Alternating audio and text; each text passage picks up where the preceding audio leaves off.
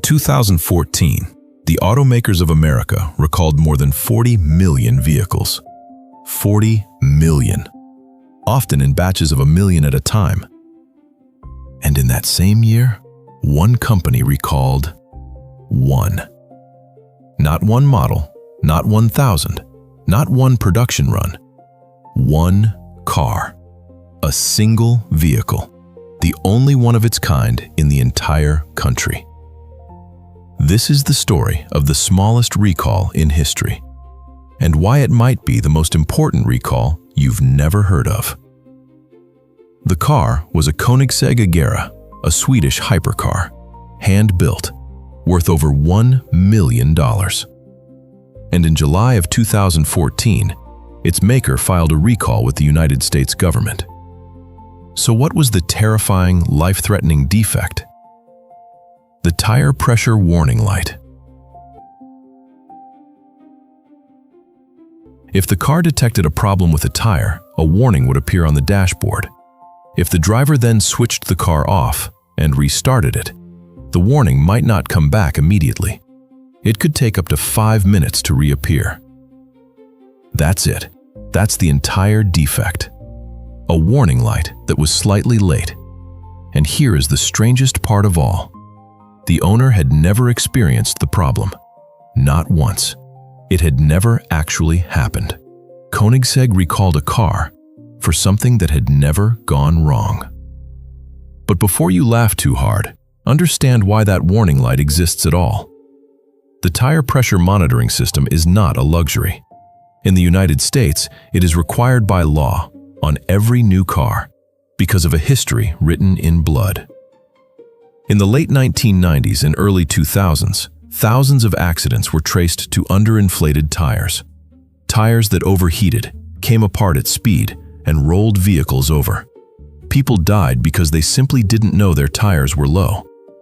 So the government made the warning light mandatory. A small light watching your tires, so a silent problem could never kill you again. That is the law Koenigsegg's single car did not perfectly meet. Not a trivial rule invented by bureaucrats. A rule born from people who never made it home. Now, to recall a vehicle in the United States, you must file paperwork with the National Highway Traffic Safety Administration. It's a standard form. Every automaker fills it out. Ford, Toyota, General Motors, millions of cars, the same document. One section asks the manufacturer to explain how the recalled vehicles are different from similar vehicles that are not being recalled. It's a question designed for companies with huge, complicated model lineups. Which cars are affected and which are safe? When Koenigsegg reached that section, they wrote a single sentence. A real sentence. In a real United States government safety document. We only have one U.S. car delivered since 2011.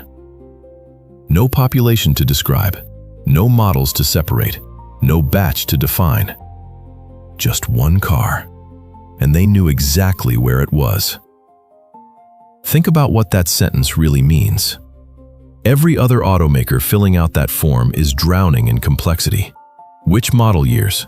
Which factories? Which exact batch of which part, from which supplier, on which date? A recall for a company like Toyota can mean untangling a web of millions of vehicles scattered across an entire country, owned by people the company has never met and cannot easily find. Koenigsegg had none of that. No web, no mystery, no search. They didn't need to find their owner in a database of millions. They already knew his name.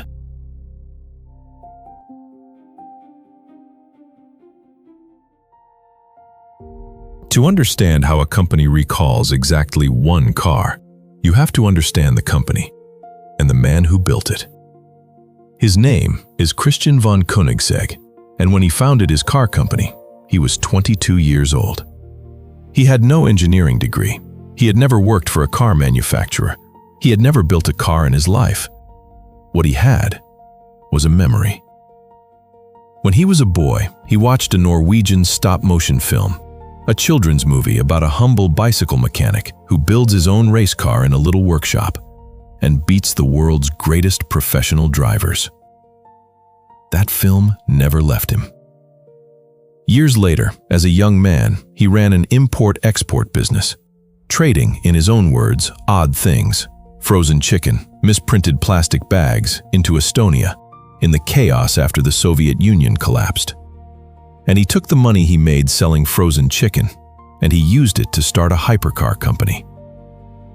In 1994, from nothing, Koenigsegg Automotive was born. The early years were brutal. Building a car company from scratch, with no fortune behind it, is close to impossible. And then, in 2003, disaster. One of his production facilities caught fire and was badly damaged. Most people would have quit. Koenigsegg bought an abandoned airbase, a former home of the Swedish Air Force's fighter jet squadron. He converted the jet hangars into a car factory, and the old military runway, the strip built to launch fighter planes, became his private test track. To this day, that is where Koenigsegg builds its cars, in fighter hangars, on an airbase. And these are not ordinary cars. Each one contains more than 300 carbon fiber parts. Every single one is made by hand, inspected by hand, fitted by hand. The company builds only a few dozen cars a year. Each one costs millions. Each one is nearly unique. This is not a factory. It is a workshop, exactly like the one in the film he watched as a child. And Koenigsegg does something almost no other car maker dares to do. It builds nearly everything itself. Most car companies assemble. They buy engines, transmissions, and electronics from suppliers and bolt them together. Koenigsegg builds its own engines, its own transmissions, its own carbon fiber, even its own software. When you control every part yourself, you can chase perfection into places other companies never reach. But it also means something else. It means when a flaw appears, even a tiny one, even a warning light, it is entirely, completely your responsibility. There is no supplier to blame. There is only you. And here is where the joke stops being a joke. It would be easy to laugh at a company so small it recalls one car. To picture a hobbyist, a rich man's toy, a garage operation. That could not be more wrong. The car in that recall belonged to a family of machines that rewrote the record books. In 2017, on a closed highway in Nevada, a Koenigsegg Agera RS reached a top speed of 277 miles per hour. The fastest production car in the world. Faster than anything Ferrari, Lamborghini, or Bugatti had ever built. Built by hand, in a fighter hangar, by a company most people have never heard of. Founded by a man with no engineering degree and a memory of a cartoon. So the one-car recall was never a sign of failure. It was simple mathematics. When you build only a few dozen cars a year, when your entire presence in a country is a single vehicle, then, when something needs fixing, your recall is one car. Because everything you make is one car. But that raises a stranger question. Why bother? One car, one owner. A warning light that had never once misbehaved. A defect that had never happened to anyone. Why would a government safety agency demand a formal recall for that? Because the law does not ask how many cars you built. It does not ask if your customer is a billionaire.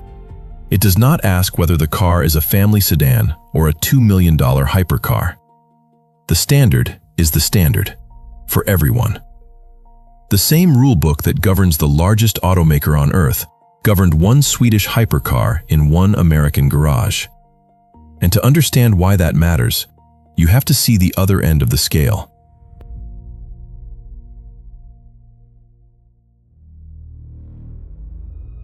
At the exact opposite extreme of the smallest recall in history is the largest.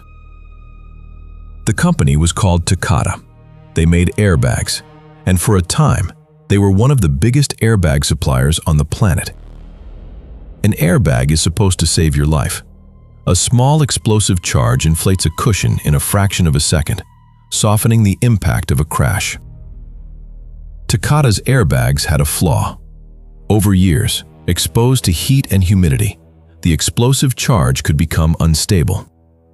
And instead of gently inflating, the airbag could detonate. The metal canister holding the charge would rupture and spray shrapnel, metal fragments, directly into the driver and passengers.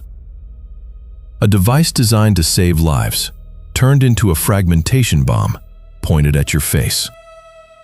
The scale is almost impossible to comprehend. 67 million airbags recalled in the United States alone, more than 100 million worldwide. 19 automakers, 34 brands. At least 28 people killed in the United States, more than 400 injured. It is the largest and most complex safety recall in American history. And behind those numbers are real people, in ordinary moments. Drivers in minor collisions, the kind of low-speed crash you walk away from, killed not by the impact, but by their own airbag. People struck in the neck and face by flying metal, in accidents they should have survived. Some of the victims were teenagers, in cars their parents trusted, protected, supposedly, by a safety device. The cushion that was meant to save them was the thing that killed them. That is the weight on the other end of this scale. And it gets worse. Because according to reporting by the New York Times, Takata had known about the danger for years. As early as 2004, the company was aware of the risk, and instead of sounding the alarm, they buried it. Technicians were reportedly ordered to destroy the test results, the very data that showed the inflators were cracking. The truth stayed hidden for a decade, while the cars kept selling, while the airbags kept aging, while the danger kept growing. When it finally collapsed, Takata pleaded guilty to criminal wrongdoing, paid $1 billion. 3 executives were charged with fraud. And the company that once armed the world's cars was driven into bankruptcy and ceased to exist. So look at the two ends of the scale. At one extreme, Takata, 67 million defective airbags, 28 people dead, a decade of hidden truth, a giant that thought it was too big to be caught. At the other extreme, Koenigsegg, 1 car, 0 incidents. A warning light that was slightly slow, hunted down and fixed because the rules said it must be. The same agency, the same law, the same forms. One came for 67 million, and one came for a single car in a single garage. And it treated them exactly the same.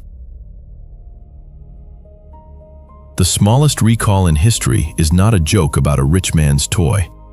It is proof of something almost noble. In the machinery of safety, the number 1 matters exactly as much as the number 67 million. 1 car, 1 owner, 1 rule that says, we come for you anyway. The maker of the deadly airbags believed it was too big to be caught. The builder of the fastest car in the world was not too small to be found. Because in the end, everyone counts, even if you are just 1 car. Machine and myth. Look under the steel.